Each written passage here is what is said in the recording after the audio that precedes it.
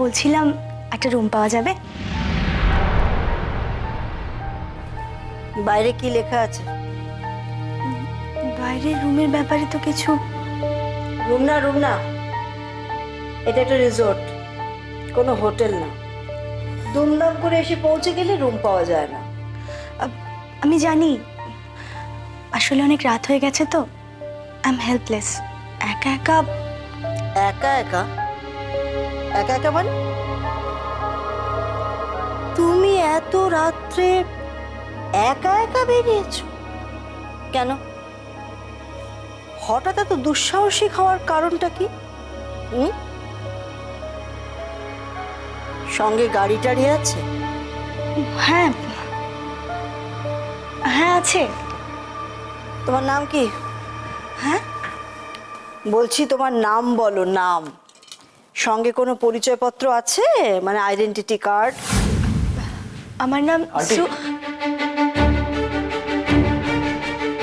চকে তো জল নেই, জল কোথায় পাবো? তোমার জল দেয়নি তোমায়? আমি আসলে বলেছিলাম তোমাদের সুইটে যেন কেউ কেউ তোমাদের ডিস্টার্ব না করে, তাই বলে জলটা পর্যন্ত দেয়নি। কি যে বলি আমি ভোলাকে। আচ্ছা ঠিক আছে, আমি ভোলাকে বলছি তোমার তোমার জল ভরে দেবে। হ্যাঁ, থ্যাংক ইউ। আরে বাবা, ওরকম কথায় কথায় তো থ্যাংক ইউ বলো না। এখান থেকে যখন যাবে, মানে আমাদের রিসোর্ট থেকে যেদিন যাবে, সেদিন অনেক বড় থ্যাংক ইউ আমায় বলে যাবে। ওদিকে বউয়ের কি খবর? তার মুড ভালো তো? আন্টি আমি আমি আসছি। কি বাচ্চা, তোমার নাম বলো, কাগজপত্র কি বলছিলে দেখাবে? দেখাও, আইডেন্টিটি কাগজ দেখাও, দেখো। আন্টি হ্যাঁ বলো। একটা রিকোয়েস্ট ছিল আর কি। বলো না। বলছিলাম যে সকাল 7টার বেডটিটা না পাঠাবেন না, যদি দরকার হয় তো আমরাই মানে জার্নি করে এসেছি তো, রেস্ট নেবো আর কি। আর বলতে হবে না, আর বলতে হবে না, আমি সব বুঝেছি। ঠিক আছে, যাও গিয়ে রেস্ট নাও নিশ্চিন্তে, কেউ ডিস্টার্ব করবে না। Good night. Good night.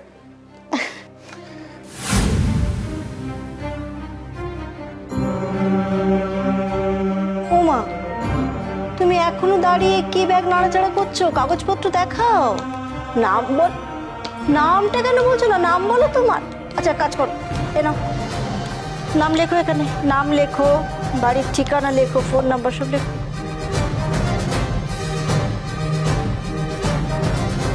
ভোলা, ভোলা, হানিমুন সুইটে দাদাকে জল দিয়ে আয়, ওখানে জল দিসনি।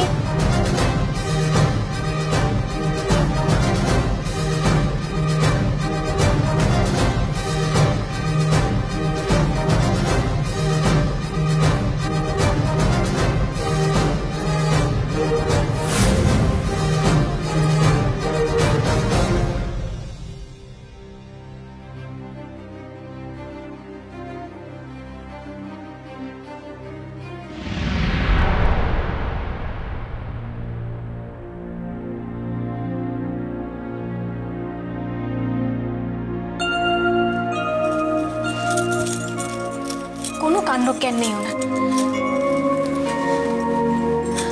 দুম করে রাগ করে চলে গেলেন। কি করে এখন আমি একা এই ঘরে থাকবো? এত দূর টেনে নিয়ে এসে।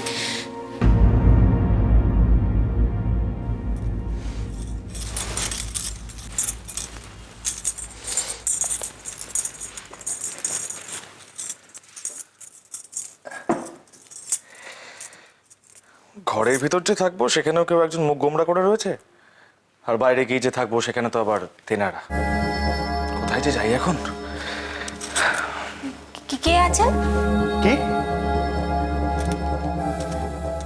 বাইরে কে আছেন? ওই তো। থাক বাবা, শুনেছি রাতের বেলায় তেনাদের নাম আবার মুখে আনতে নেই।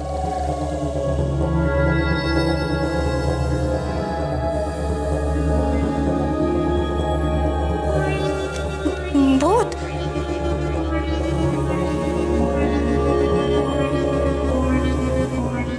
কি করছো কি তুমি তেনাদের নাম মুখে নিলে? এরপর যদি ঘরে চলে আসে তখন কিন্তু ভয় পেলে চলবে না।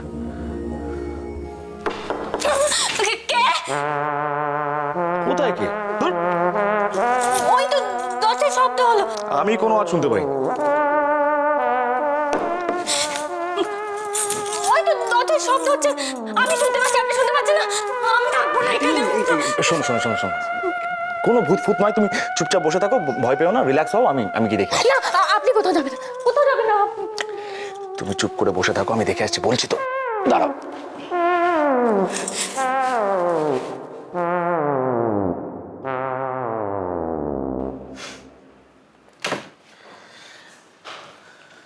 রাতের খাবারটা স্যার?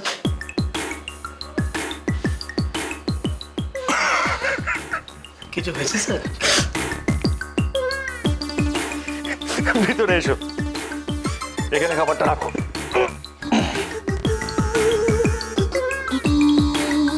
Thank you. চলো খাবে, চলো। না, না মানে?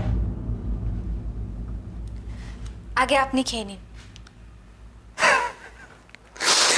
আচ্ছা, এটা কেমন হলো? একটু আগে তো জোর গলায় বলছিলে যে তোমার পক্ষে নাকি আমাকে স্বামী বলে মানা সম্ভব নয়, আর এখন আগে স্বামী খাবে তারপর তুমি। এই সমস্ত মা বৌদিদের সংস্কার মানা কি খুব দরকার? মানে আমি না খেলে কি তুমি খাবে না? আমার খিদে নেই।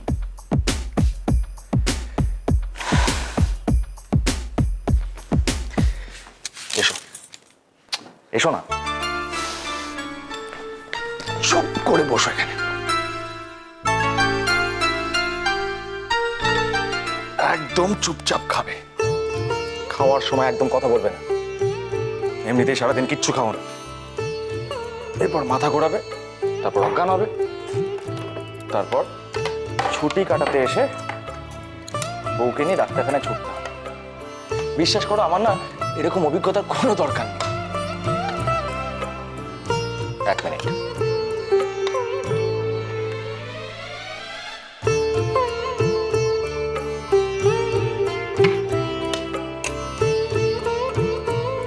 ধরো, কি হলো? ধরো।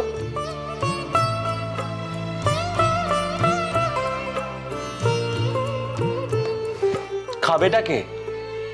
খাও।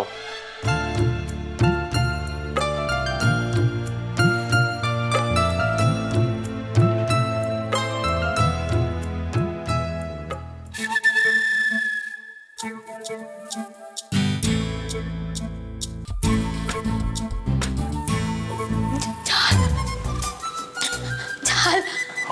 আমাকে দাও, আমাকে দাও। দাঁড়াও, আমি জল নিয়ে আসছি। এক মিনিট। খাবারটা খুব ঝাল ছিল না, দেখেছো? এক মিনিট, জলটা দিচ্ছি তোমাকে, দাঁড়াও।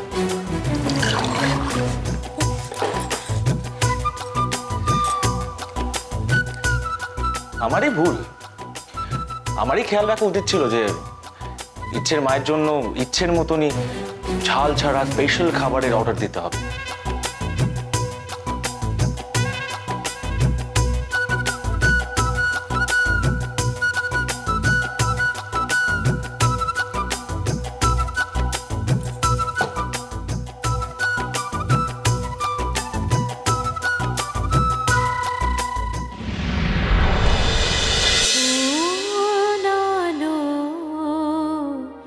লাগলো চোখে